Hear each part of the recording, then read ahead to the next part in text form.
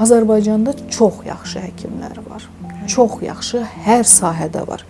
Əgər mən daxil Azərbaycanlı həkim olaraq gedib Avropada diplomumu təsdiqlədirəmsə və mən belə deyim və Azərbaycanda aldığım savadla gedib təsdiqlədirəm bunu və bütün inkişaf etmiş ölkələr qapısını mənə açırsa ki, biz Röya xanımla işləmək istəyirik. Təbii ki, siz də bunu yaxşı bilirsiniz ki, mənim bir çox ölkədən təklifim olubdur hər daim.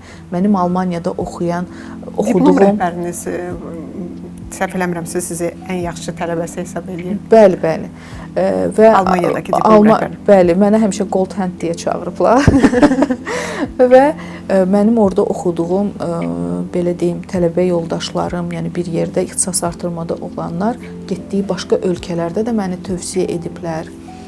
Və deməli, biz Azərbaycanlılar bacarıqlıyıq, yaxşı həkimik. Qeyd edeyim, hətta Almaniyadan Azərbaycana gələn xəstələri var Röya xanım. Bəli, bəli. Oradakı xəstələrim var ki, Azərbaycana müalicəyə gəlir. Mən nəyi qeyd etmək istəyirəm? Biz millət olaraq çox çalışqan, savadlı millətik və biz gedib xaricdə özümüzə yer tapa biliriksə, bu bizim savadımıza görədir. Və niyə insanlarımız daha çox əcnəbi, belə deyim, həkimlərə üz tutmaq istəyir ki, ən çox aldadanlar da onlardır.